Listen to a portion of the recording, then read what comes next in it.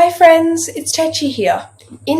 Which means today in Malayalam, we're going to have a chat about cane toads and how they affected the Australian environment. I'll start off with telling you some information about how cane toads got introduced into Australia, which was a big mandatharam, which means mistake. And then we'll head down to the lab where we'll get to inspect a dead cane toad.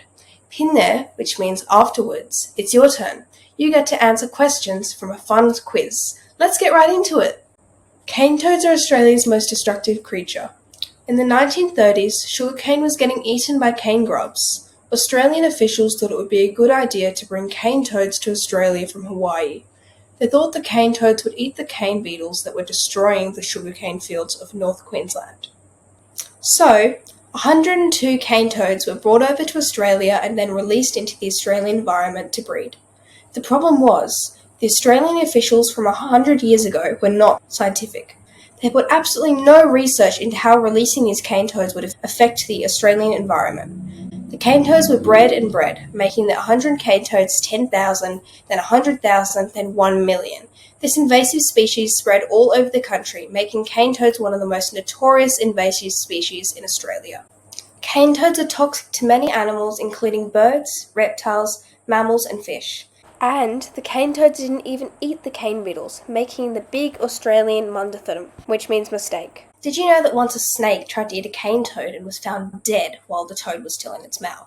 The toxin can be absorbed through the eyes, mouth, and nose, and can cause rapid heartbeat, convulsions, paralysis, and even death. Cane toad eggs are particularly toxic, and the toxin can also contaminate waterways. Now, let's go down to the lab, where we're going to get to see a real-life cane toad. Hello everybody, welcome to the lab. So we're going to put our gloves on because we want to be extra safe because these toads are poisonous. So we're going to bring our box out which has the toad inside.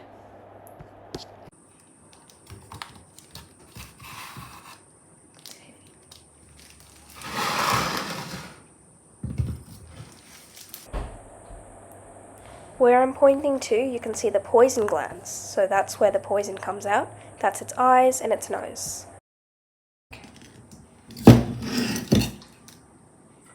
So this is a toad, not a frog. Let's look at its legs. So these legs are meant for hopping and crawling, not leaping like frogs. And their body is way more rough and warty than frogs. Frogs have a more smooth surface. They also have much smaller eyes than frogs, and frogs do not have this gland which releases the poison just here.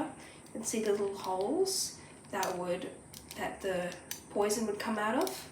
So that's the main difference between a frog and a toad.